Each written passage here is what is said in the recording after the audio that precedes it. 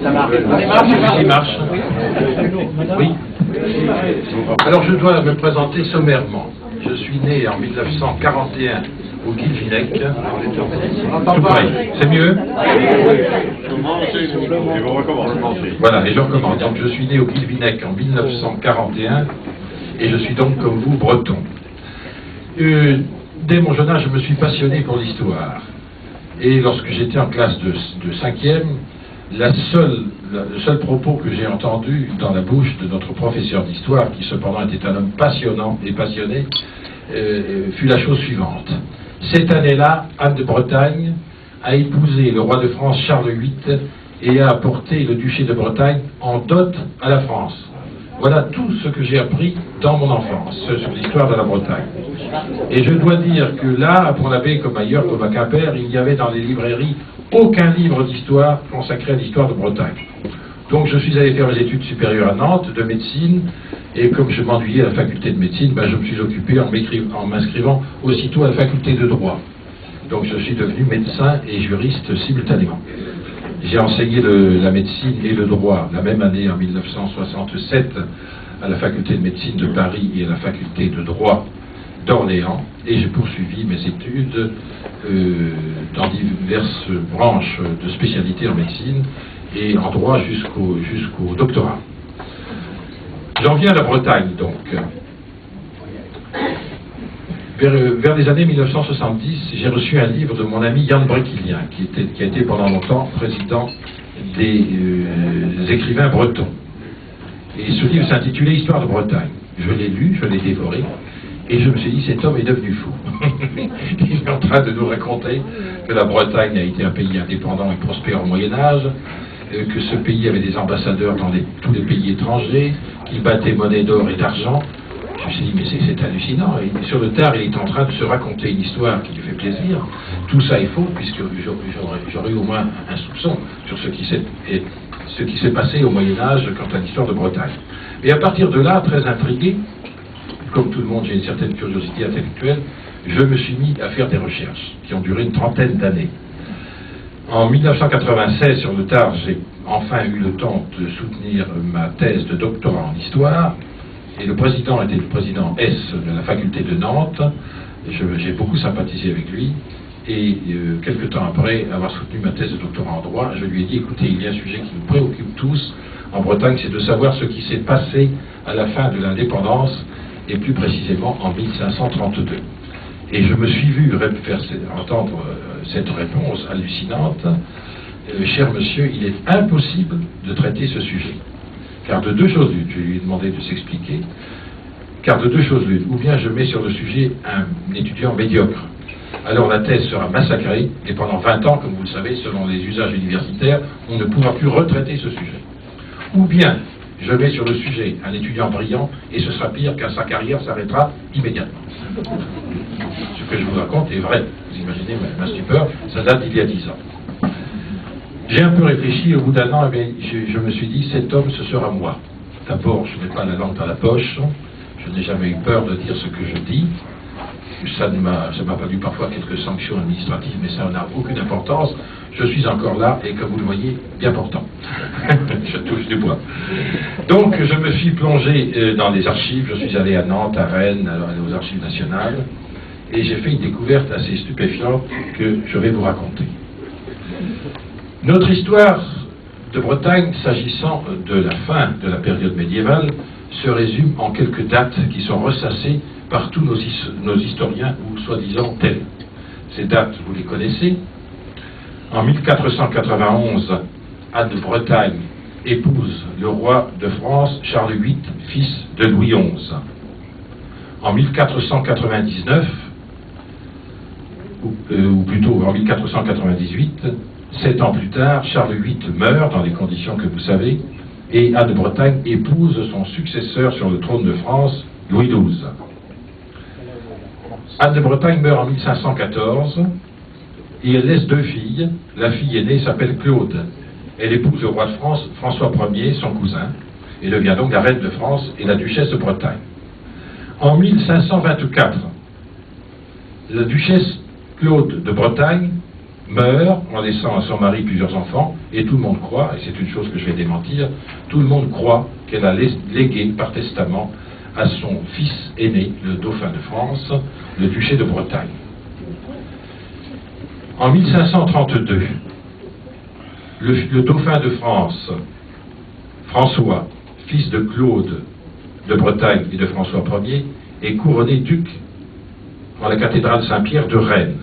Et alors, nous racontent les histoires officielles, les Bretons sollicitent, vous vous rendez compte, je mets ce mot entre guillemets, sollicitent humblement, je mets ce mot entre guillemets, sollicitent humblement la réunion de leur duché à la France. Et depuis lors, nous étant mariés de légitime mariage, je ne pousserai pas la plaisanterie de dire que nous avons fait avec la France beaucoup d'enfants, mais en tout cas, c'est la version officielle. Nous avons demandé la réunion à la Bretagne, de la Bretagne à la France, et donc la Bretagne est française. Alors, ma version, je ne conteste pas ces dates parce qu'elles sont exactes. Il est vrai que quand on met une ligne horizontale au-dessous, tout ça semble irréfutable, parce que c'est de la chronologie, et on ne va pas voir plus loin. Il faut vous dire, on vous l'a dit tout à l'heure, que je suis juriste. J'ai publié à peu près une douzaine d'ouvrages de droit, d'ouvrages universitaires, souvent très, très pointus, et je me suis donné, au cours de ces 10 dernières années, les moyens de savoir ce qu'était le droit médiéval. Je suis assez porté sur la théorie, et j'ai remonté notamment jusqu'au droit romain pour savoir ce qu'était un contrat, ce qu'était un traité. Un traité n'est rien d'autre qu'un contrat entre deux États, alors que le contrat sert habituellement à désigner un accord entre deux personnes privées. Et c'est donc à la lumière... Ah, comment ça se fait? Vous m'entendez cette fois? Bien.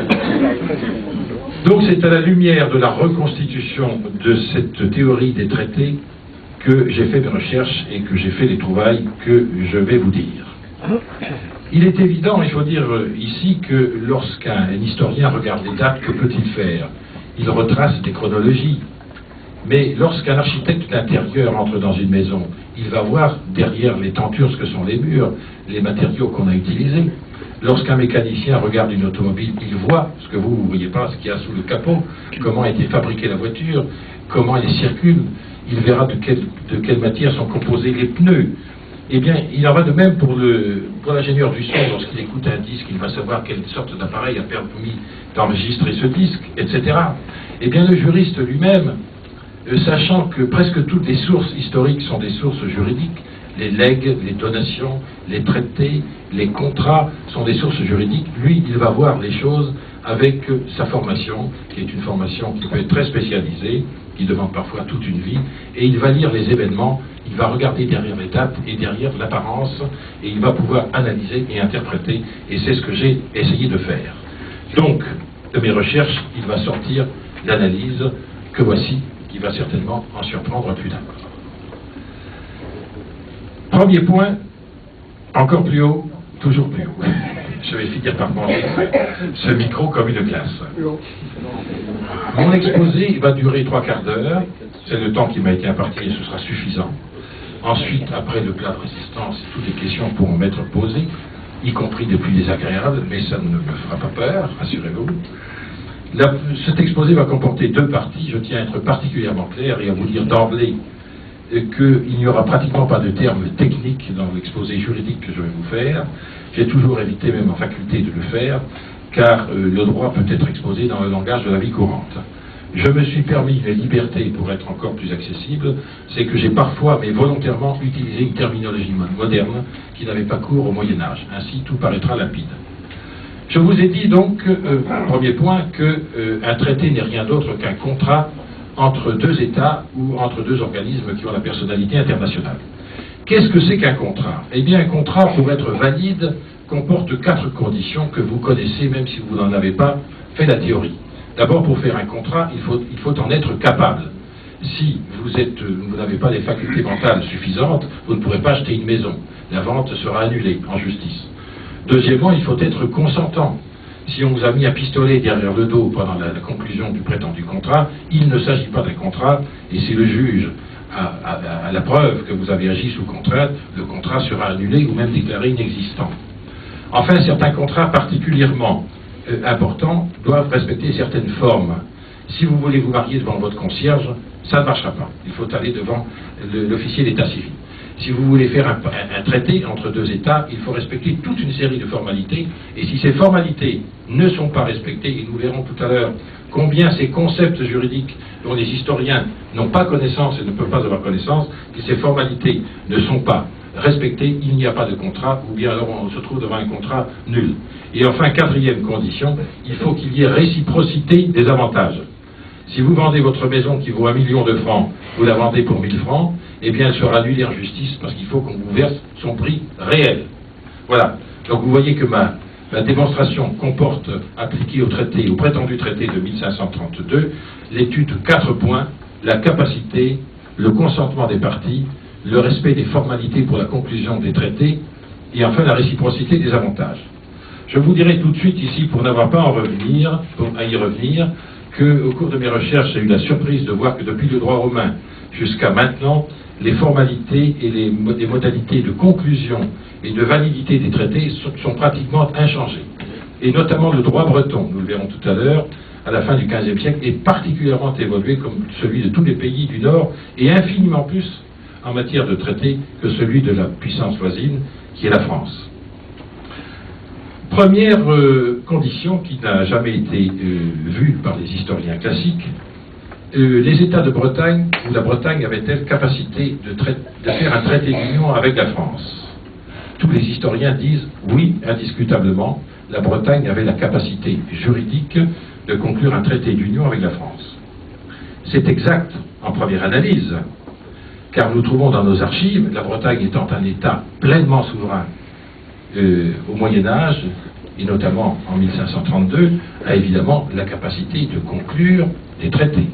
D'ailleurs, nos archives, à Nantes et à Rennes, contiennent des centaines de traités avec tous les pays d'Europe, l'Angleterre, l'Écosse, le Portugal, l'Aragon, la Castille, et y compris la France, car nous traitons avec nos voisins par des traités en bonne et due forme. Oui, mais vous allez comprendre combien ce point est juridiquement important. Un traité n'est valable dans un État que s'il est conclu par l'organisme qui a compétence pour le faire. Si, par exemple, l'Angleterre ou la Belgique souhaitait traiter aujourd'hui, en 2006, un traité avec la France en s'adressant au Sénat de la République ou à l'Assemblée nationale, il n'y aurait pas de traité du tout, puisque le traité se fait entre les exécutifs.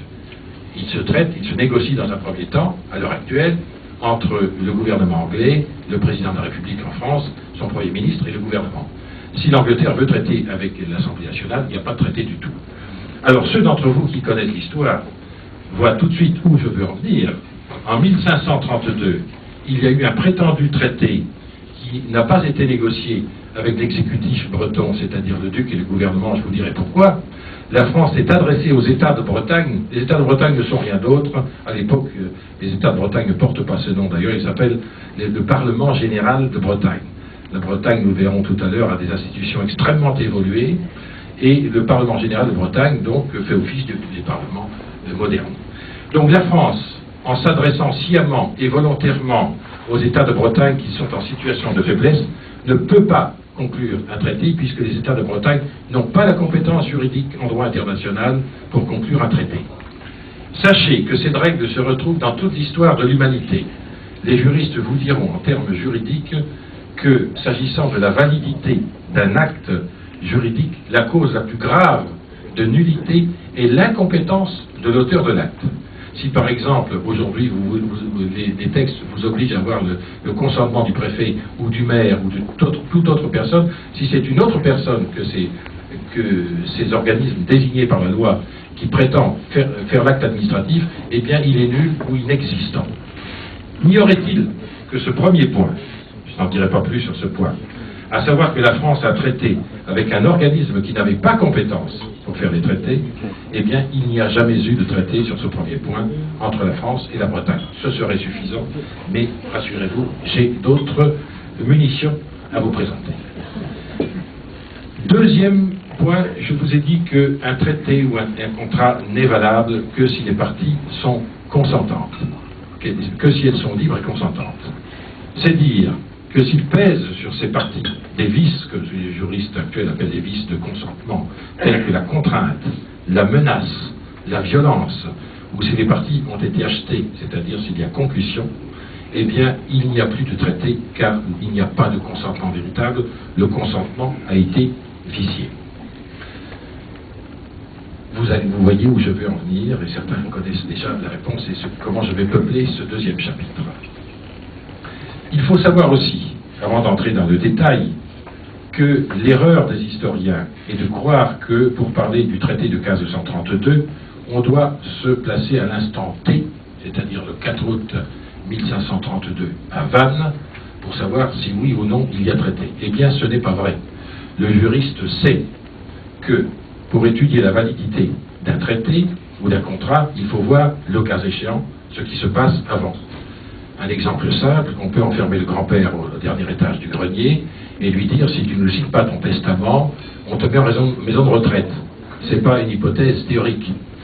Eh bien, vous comprenez bien qu'il ne suffit pas que le grand-père soit allé chez le notaire et qu'il mette sa signature devant témoin au bas du testament pour qu'il y ait testament. Il y a une violence morale. On a contraint ce brave homme à faire un acte qu'il ne voulait pas. Si le juge en a la preuve, et il peut très bien avoir la preuve par des voisins, par exemple, qui ont tout entendu à travers la cloison, eh bien, le testament sera annulé. Il en est de même en matière de... Si vous rencontrez au coin d'une rue un voleur et qui braque devant vous un pistolet et il vous dit la bourse ou la vie, vous lui donnez la bourse et lui dit en plus tu vas me signer un contrat, j'ai un papier dans ma poche, tu me mets là sur le papier que tu m'as donné ta bourse librement. Eh ben non, il y a une contrainte, il y a une violence, il n'y a pas de contrat du tout.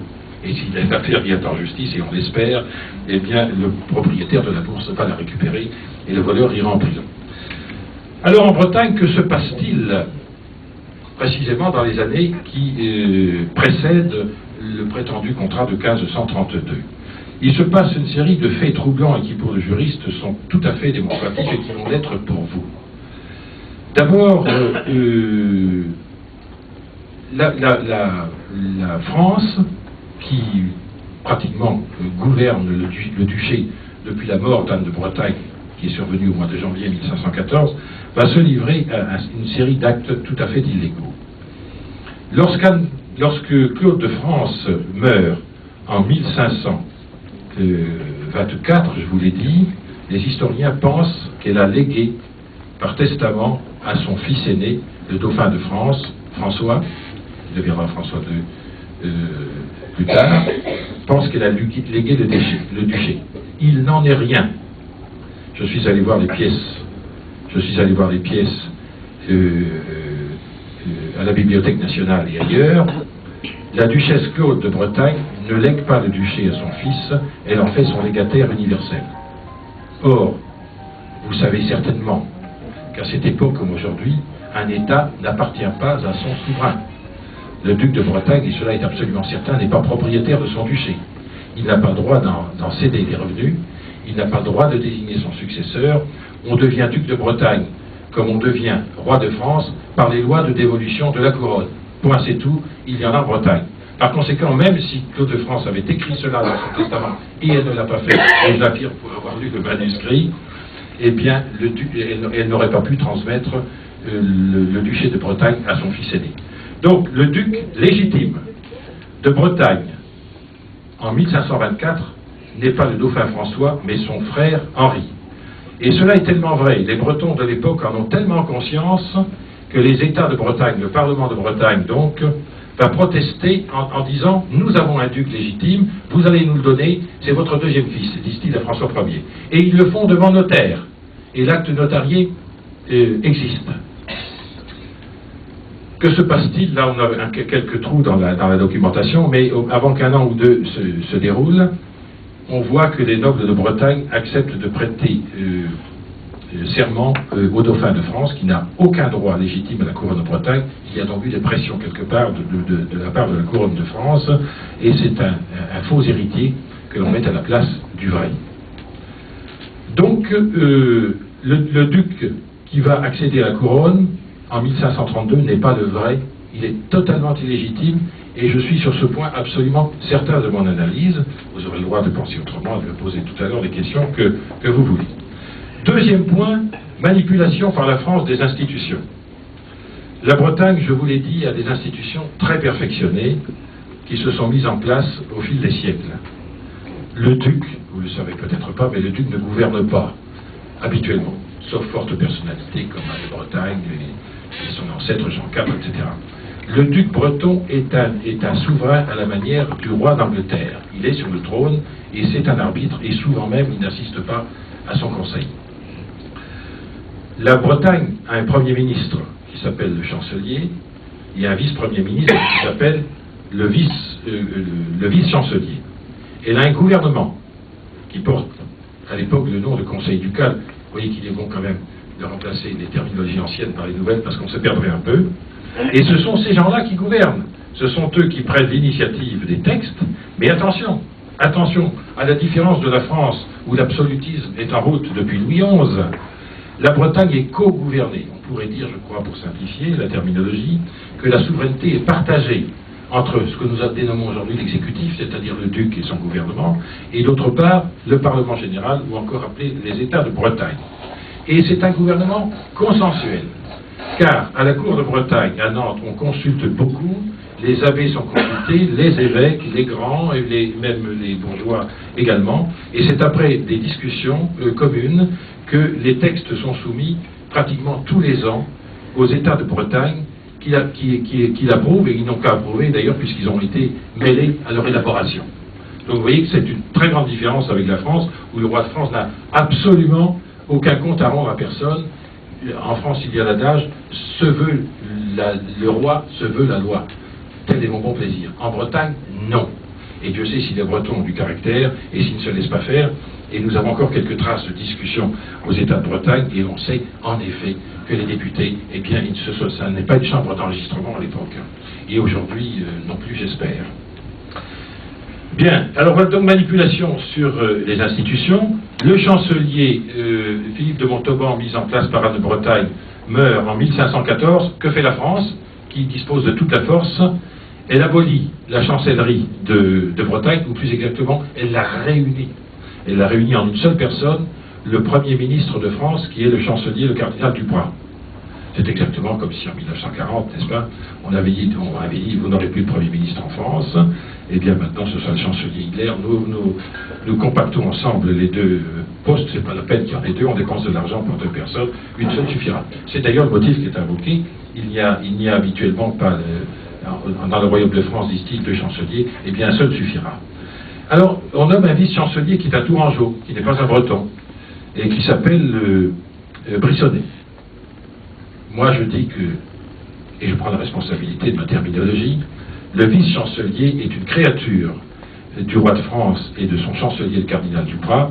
Il s'agit là, en fait, d'une sorte de collateur. Il s'agit d'un gouverneur qui est un espion du gouvernement français, qui est une courroie, disent les historiens actuels, car ils commencent enfin à se débrider, qui disent que c'est une courroie de transmission et un exécutant du pouvoir français.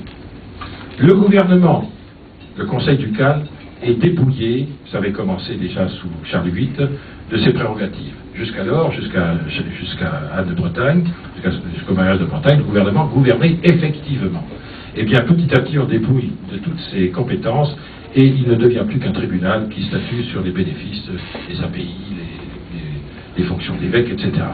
Et quant aux États de Bretagne aussi, qui étaient un organisme extrêmement actif, qui intervenait d'une manière effective dans le pouvoir législatif, eh bien, petit à petit, il est dépouillé de ses prérogatives, elles sont reniées de toutes parts, même si les États de Bretagne conserveront jusqu'à 1789 la possibilité de voter les impôts. Alors, autre chose sur laquelle je vais aller vite, puisque vous avez vu, le reste va suivre, avant d'arriver à la conclusion sur ce deuxième point. Une thèse de Dominique Lepage est parue il y a 5 ou 6 ans, c'est un ouvrage assez remarquable. Bon, c'est un travail d'historien, il n'a pas su en tirer les conséquences juridiques, mais son travail est tout à fait précieux. Ça rejoint tout à fait, mais je n'ai pas poussé mes recherches sur ce point si loin que lui, mais j'ai arrivé à les mêmes conclusions. La France va investir tous les leviers de commande dans toutes les directions. La justice, on va mettre dans les postes principaux des Français en place. Les finances et les impôts. Les finances bretonnes, 500 000 livres à l'époque, ce qui est un budget considérable en Europe, vont prendre la direction de la cour de France. Par exemple, en 1523, sur 500 000 livres de budget breton, 50% sont affectés aux dépenses militaires françaises. Tous les principaux les finances bretonnes sont remplacées par petit à petit par des Français. L'armée est appelée, vous savez, aux opérations d'Italie. Il n'y a donc plus d'armée en Bretagne. Petit à petit, l'armée bretonne est supprimée. La noblesse est subjuguée, car que pourrait-elle faire? On lui donne la possibilité d'aller servir ailleurs, et on lui donne des pensions. Ces pensions, soit dit en passant, sont prélevées sur notre budget breton, ça ne coûte rien à la France. Quant au clergé, les recherches sont encore à faire, mais il est subjugué de la même façon. J'ai en tout cas trouvé une lettre, c'est pas moi qui l'ai trouvée, je l'ai trouvée dans un recueil en cherchant beaucoup. En 1531, un an avant le prétendu traité, donc l'évêché de Nantes est vacant. Vous savez qu'en Bretagne, les évêques sont élus par les chapitres, et François Ier écrit au chapitre, à sa lettre, vous allez élire, vous allez voter pour mon candidat, monsieur Untel, et qu'il n'y ait faute. Bref, pendant toute cette période, de 1514 même, mort d'Anne de Bretagne, à 1532, le roi de France et son chancelier mettent en place une véritable clientèle et commandent petit à petit tous les leviers de commande. Donc en 1532, la Bretagne se trouve dans la situation suivante. L'année du prétendu traité. Il n'y a plus d'armée. Il y a un prétendu duc qui n'a aucun droit légitime au trône breton. Il y a une chancellerie, c'est-à-dire un Premier ministre qui a été supprimé. Un gouvernement qui a été supprimé. Il y a un pays qui est gouverné par la France.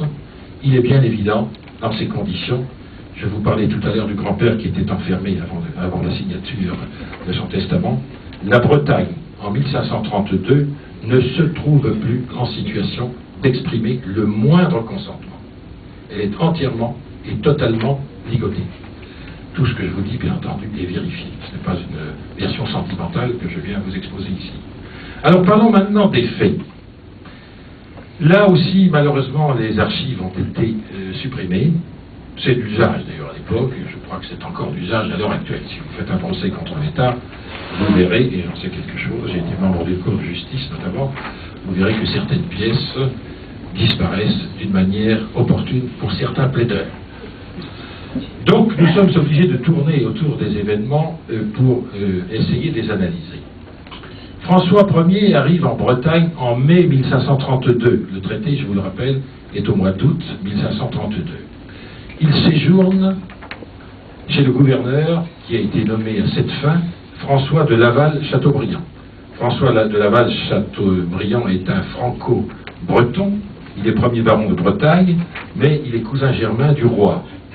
Ce n'est pas par hasard qu'on l'a nommé là. Et on peut suivre d'une façon précise les déplacements de François Ier qui se rapprochent petit à petit du château de Sussigno où il va séjourner, et jour après jour on peut voir par des actes démonstratifs ce qu'il fait. François Ier arrive à Sussigno, je crois, le 1er août 1532. Sussigno, je crois, est à 20 km d'ici. Oui, là, aucun historien ne s'est trompé.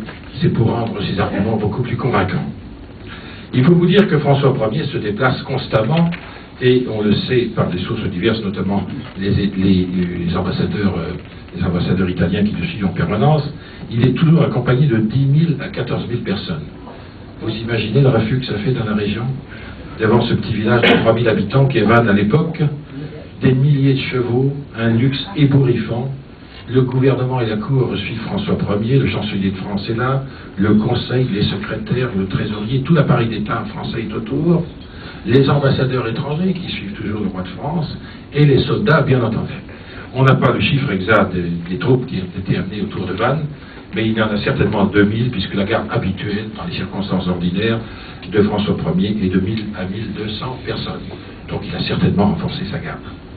Alors en face, donc, avons-nous une ville qui est apeurée, je vous dis 3000 habitants, un quasi-village, l'absence totale d'armée bretonne et des députés qui sont, croit-on, une centaine à peu près, habituellement ils sont 150, et qui certainement sont terrorisés, on le serait à leur place.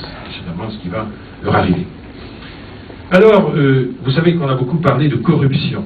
C'est Argentré, notre grand juriste de la fin du XVIe siècle, qui a jeté une véritable bombe, un pavé, dans la mare, enfin ce n'était rien à côté de ce que je vous dis, et qui dit, en 1583, les États de Bretagne lui ayant commandé une histoire de Bretagne, qui dit qu'il a su par son père, qui était alors sénéchal de Rennes, c'est-à-dire grosso modo président du tribunal de grande instance de Rennes, et qui a été associé à toutes les pourparlers qui ont précédé ce prétendu traité de 1532, il dit qu'il y a eu des conciliabules entre le cardinal Duprat, chancelier de France, premier ministre de France donc, et le président du Parlement, la juridiction donc suprême de Bretagne, cette fois le président des déserts qui s'est mis du côté des plus forts, c'est un vieux mécanisme qui existait de tout temps, et que c'est le président des déserts qui a suggéré au cardinal Duprat qu'il faut acheter tel et tel et tel.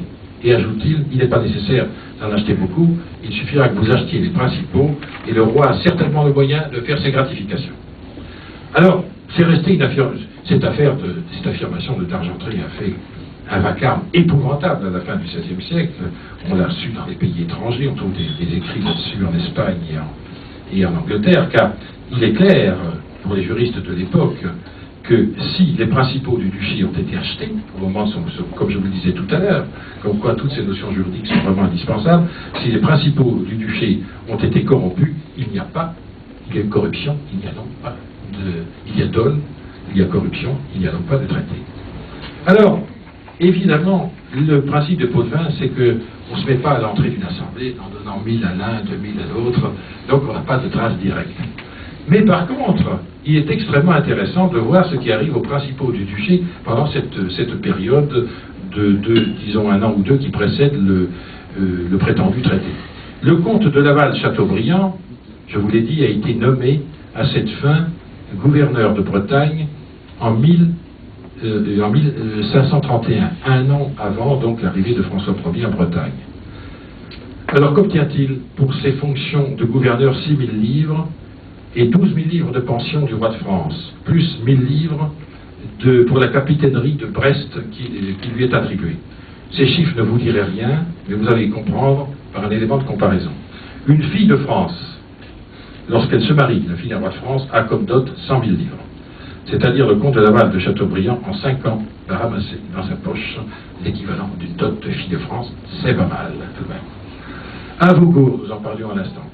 François II, père d'Anne de Bretagne, avait eu un fils, François d'Avaugour, qui s'était très mal comporté à son égard, d'ailleurs, durant les dernières guerres brito-françaises. Eh bien, celui-ci, Avaugour, qui est un descendant, peut-être, le petit-fils, l'arrière-petit-fils de François II, nous n'avons pas pu élucider dans notre conversation tout à l'heure le degré de parenté exact, il reçoit le 23 juillet 1532, c'est-à-dire 12 jours avant le prétendu traité, on lui fait un don superbe, on lui donne la seigneurie de Hédé. Pas mal, étonnant comme coïncidence. La seigneurie de Fougères, ce fut une seigneurie achetée en 1428 par les ducs de Bretagne et intégrée au duché de Bretagne, est donnée à celui qui va présider la réunion des États à Vannes le 4 août. La seigneurie de Fougères est donnée au seigneur René de Montejean le 5 août 1532, le lendemain du traité. Pas mal non plus comme coïncidence. La famille de Brosse-Pintière, ce serait long à exposer, mais la famille de Brosse-Pintière reçoit le Conseil de France, lui restitue le comté de Pintière en 1530, c'est-à-dire 2 ans avant les faits. Françoise de Chateaubriand, la femme du sire dont je viens de vous parler, gouverneur de Bretagne, reçoit, elle, le domaine de Ruisse, à côté d'ici, qui est un domaine hautement symbolique, puisque le château, vous savez, la résidence des ducs d'été de Bretagne est à côté, etc. Je passe sur la liste.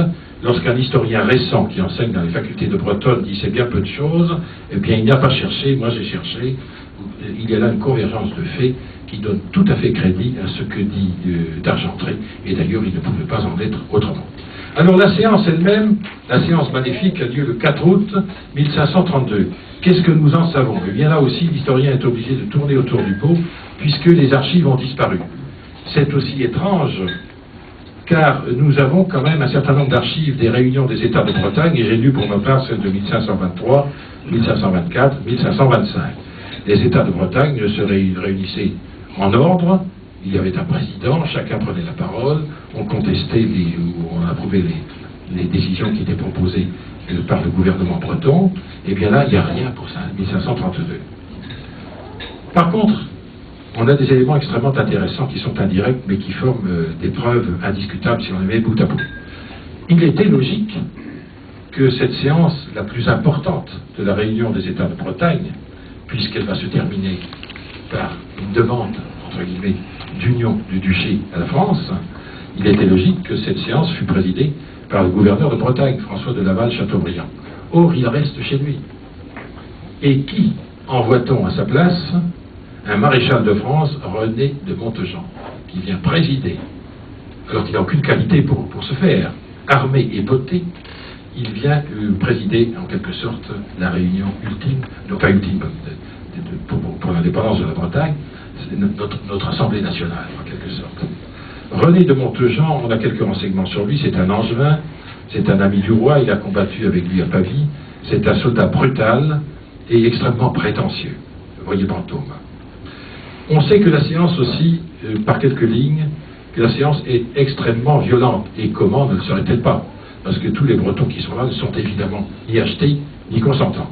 Et on sait aussi que le procureur de Nantes, à un moment ayant dit qu'il n'avait pas reçu mandat de ses électeurs pour voter une chose pareille, le président, le maréchal de Montejean, descend de la tribune et prétend lui donner des coups, ce dont sortit une grande rumeur, dit Argentré. Étrange séance, tout de même. Alors, imaginez, tant pis si je choque du monde, mais après tout, vous êtes venus là pour savoir la vérité, c'était pas vrai. Imaginez, par comparaison, qu'en 1940, le chancelier Hitler, avec ses armées, se dirige vers Pontoise, s'installe dans le château de Pontoise et envoie ses panzers autour de l'Assemblée nationale. Et disent au président de l'Assemblée nationale, français, vous allez rester chez vous. Et ayant acquis quelques sympathies dans l'Assemblée nationale, il leur dit, vous allez voter, s'il vous plaît, l'union définitive et perpétuelle de la France à l'Allemagne. Je vous pose la question, vous n'êtes pas juriste, que vaudrait un acte de cette nature? Rien. Rien, rien. Eh bien, c'est précisément ce qui se passe le 4 août 1532 à Vannes. C'est exactement ça, le roi est là, le gouvernement français est là, l'armée française est là, un certain nombre de personnes ont été achetées et les débats sont violents. Donc le peu que l'on sait, j'ai recherché beaucoup de patience et de temps, j'ai même trouvé dans le Bourgeois de Paris, vous savez que le Bourgeois de Paris a écrit une chronique sur cette époque, et il dit ceci, je cite exactement, je ouvre les guillemets, il y eut par les seigneurs et gens du pays de Bretagne grande résistance parce qu'ils ne voulaient pas avoir comme duc Monsieur le Dauphin. En effet, ils voulaient leur véritable duc, qui était le deuxième enfant du couple royal, et qui aurait dû monter sur le trône. Donc, nous avons quand même une série de présomptions,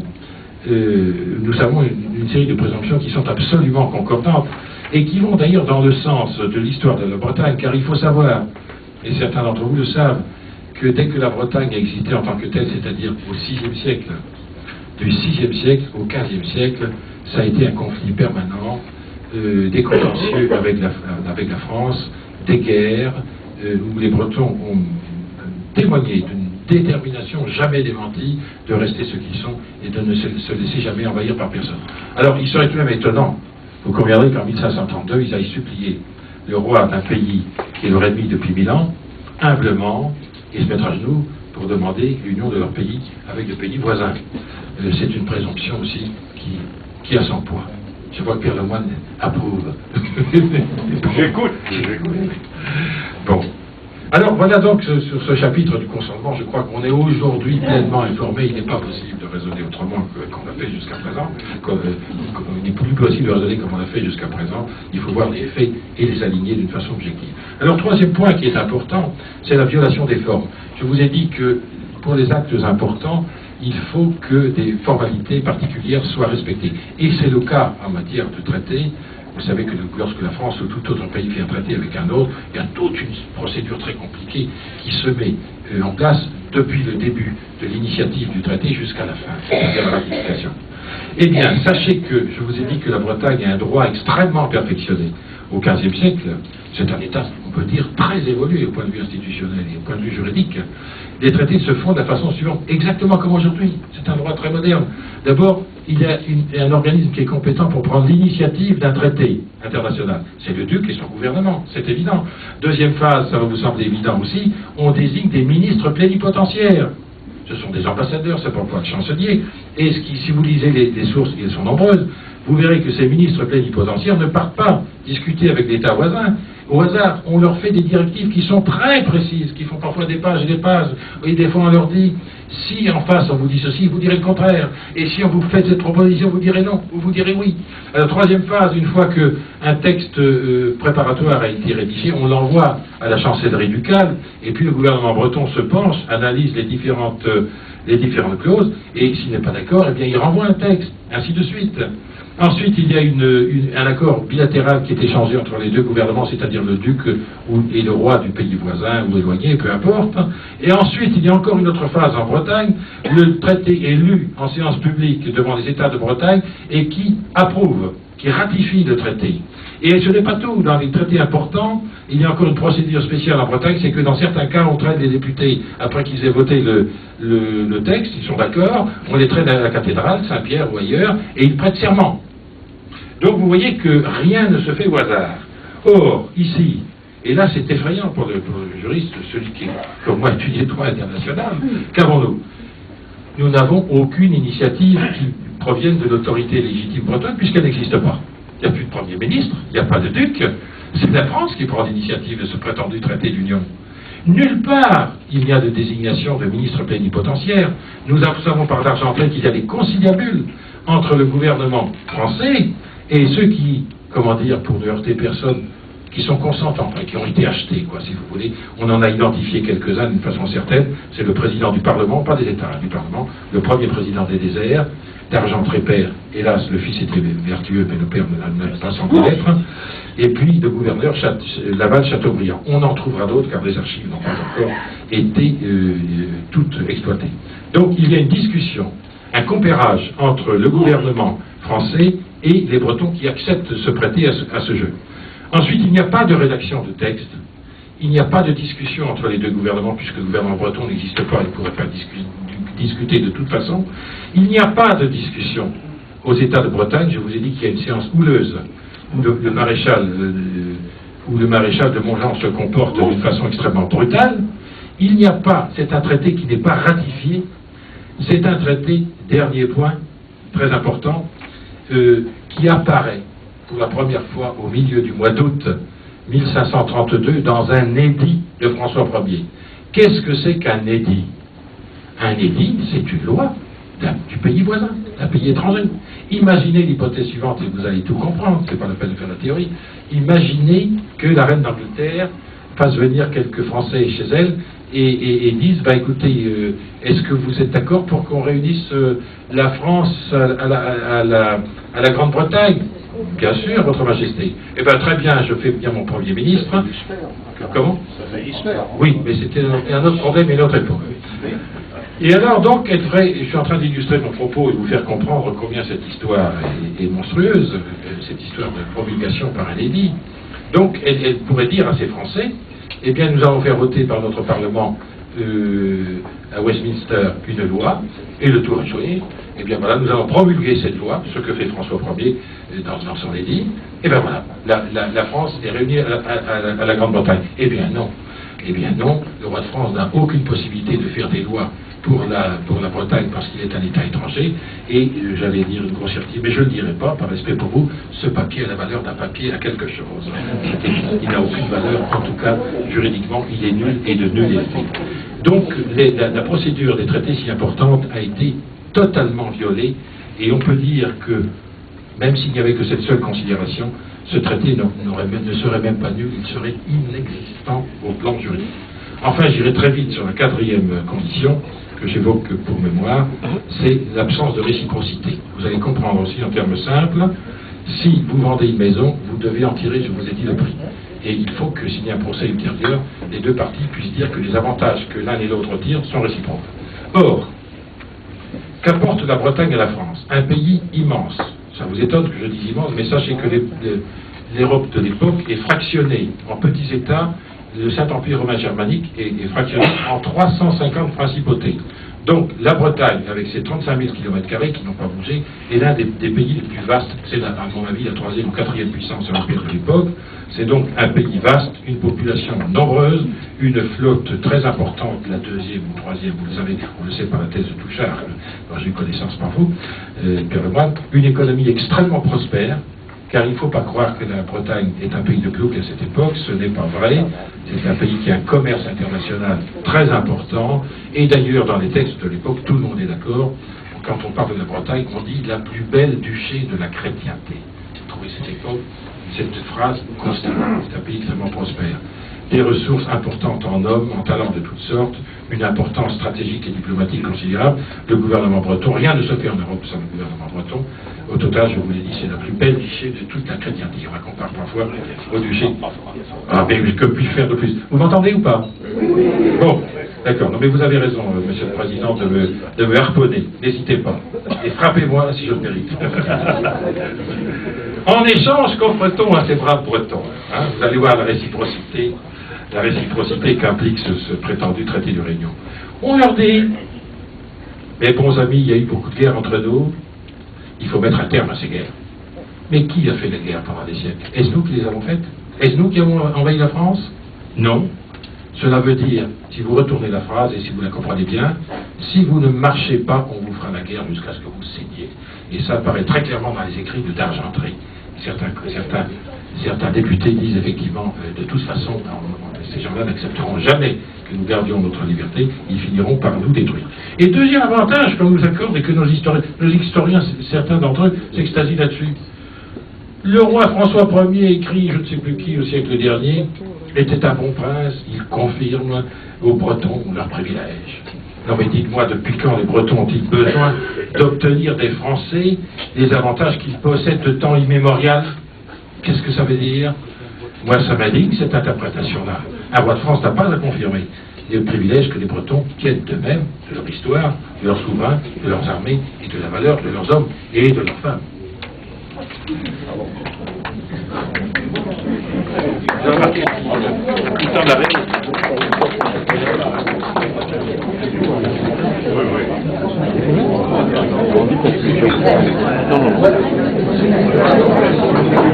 Premier point donc, s'agissant des conditions de validité du traité, en tant que juriste, et aujourd'hui malheureusement ayant une certaine bouteille, j'affirme d'une façon péremptoire. Il me reste dans mon esprit même pas 0,001% de doute. Il n'y a jamais eu, au plan juridique, de traité d'union entre la France et la Bretagne. Alors maintenant, vous pouvez me dire, après tout, vous êtes un théoricien, vous pouvez peut-être vous tromper, pourquoi pas, oui, tout le monde a le droit à l'erreur. Admettons que je me trompe sur ce premier point. Je vais aller très vite sur la deuxième partie parce que vous allez comprendre. Et ce travail a déjà été fait. Alors, mais par des historiens, bien fait, mais sans les conclusions juridiques au bout. Vous savez que les effets d'un contrat sont obligatoires. Encore une fois, si vous achetez votre maison, on vous doit le prix. Et si on ne vous le paye pas, il y a violation grave du contrat, vous allez en justice, il n'y a jamais eu de contrat du tout pour récupérer votre maison. Bon. Or, dans l'édit du mois d'août 1532, le roi de France a pris ce qu'on a considéré comme un traité. Le roi de France a pris des engagements solennels dans tous les domaines. Il a dit, pour simplifier, que les Bretons gardent leurs lois privées, leurs privilèges, dans tous les domaines. Dans le domaine fiscal, dans le domaine de la justice, dans le domaine de la diplomatie, dans le domaine du commerce, etc. Un traité est une chose solennelle. Il est évident on le sait depuis toujours, que lorsqu'un traité n'est pas respecté, c'est comme pour un contrat, il s'annule tout seul. Or, l'histoire, oui, non pas tout seul, monsieur, il est vrai qu'il faut parfois des procédures, mais en principe, il doit s'annuler au plan juridique. La phrase est juste cette fois. Donc, l'histoire de la Bretagne et de la France de 1532 à 1789 est une suite ininterrompue dans tous les domaines et n'est qu'une suite de violations de toutes les clauses du contrat par la France. Pour les infractions, je vous ai dit que c'est déjà fait, le duc est supprimé, le Premier ministre est supprimé, le gouvernement est supprimé, les prérogatives du Parlement général ou État de Bretagne sont reniées, génération après génération. S'agissant de la justice, dans un premier temps, on prétend nous enlever notre Parlement en l'intitulant Grand Jour. Grand Jour, c'est une appellation qui n'a jamais eu cours en Bretagne, mais qui avait cours en France, c'était une justice seigneuriale. On veut nous rabaisser comme étant des subordonnés à la France. Et puis le personnel judiciaire va être modifié. En principe, le personnel judiciaire doit être uniquement des naturels, des Bretons. En 1554 intervient une réforme importante, imposée par la France bien sûr. Le premier président de notre Parlement de Bretagne, je ne parle pas des États, je parle de notre juridiction suprême. Le premier président est un Français. Il y a 3 autres présidents, ce sont des Français. Les conseillers français ont la prééminence. Sur les 32 conseillers du Parlement de Bretagne, 16 sont français et 16 sont bretons. Imaginez la réunion des Français en 1940 si on avait renvoyé leur personnel de la Cour de cassation et du Conseil d'État, et si on aurait flanqué un Allemand à la tête du Conseil d'État et de la Cour de cassation et envoyé une moitié d'Allemands. Je pense que ça se serait pas bien passé, et on comprend que les réactions ont été très vives et que nos compatriotes ont été extrêmement mortifiés de cela. Et en plus, je crois qu'ils étaient mieux payés, ils avaient la prééminence dans les honorifiques. Bien, je passe là-dessus parce que ça pourrait durer longtemps. Il y a eu des thèses et des thèses sur ces violations. Dans le domaine ecclésiastique, je vous dirai un mot, parce que je pense que ces quelques chiffres que je vais vous donner, vont vous donner la mesure de tout le reste. Il était dit, bien sûr, dans cet édit de 1532, considéré que jusqu'à maintenant comme un traité, que les évêques et les abbés ne pourraient être que nommés parmi les naturels, c'est-à-dire parmi les Bretons. Eh bien, les savants historiens, comme quoi ils sont très utiles quand même, ont dépouillé les archives. Les évêques, des 9 évêques qui se succèdent à Rennes, de 1541 à 1676, 2 sont bretons, tous les autres sont français. Si ce n'est pas une violation grave, je me trompe fort. Des 67 évêques recensés entre 1598 et 1713, 25 seulement sont bretons et 21 ont vécu dans l'entourage du roi. Le reste est exactement à l'avenant. 2 mots sur les finances. Les finances vont quitter en grande partie la Bretagne. Je vous ai dit qu'en 1523, j'ai trouvé ce chiffre, mais il y en a bien d'autres. La moitié des finances du duché vont servir à financer les guerres françaises dans la péninsule italienne. Et au fur et à mesure, les Bretons vont se voir imposer des impôts nouveaux, alors que la France n'a aucun droit d'imposer des impôts nouveaux en vertu des engagements solennels qu'elle a pris. Elle va user d'expédients de toutes sortes. Et pour vous citer un chiffre, à la fin de l'Ancien Régime, de 1750 à 1789, la Bretagne versera à peu près 10 à 12 millions de livres par an à la France. C'est une sorte de tribut. Et il faut le situer dans le contexte. Le budget de la France, à peu près, à l'époque, est de 1 million de livres. Donc la Bretagne contribue avec ses propres deniers à hauteur de 10% du budget français. Je pourrais vous en dire là, mais là il y a eu des thèses qui sont extrêmement complètes, certaines sont très anciennes, celle de Lemoine notamment, ça représente des volumes. Vous avez compris ce que je vais vous démontrer dans ce deuxième point.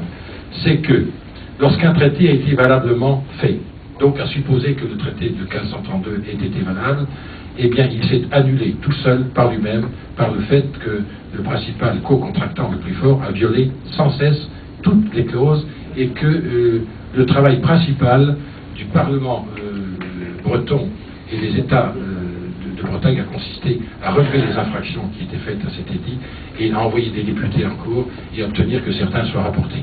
Soient rapportés d'ailleurs parce que la monarchie française est très habile, elle met au point rapidement une technique qui consiste à faire volontairement à Versailles notamment des textes que l'on sait inapplicables en Bretagne, et on dit aux députés bretons: ok, nous acceptons de les rapporter, mais vous allez nous donner cette telle somme.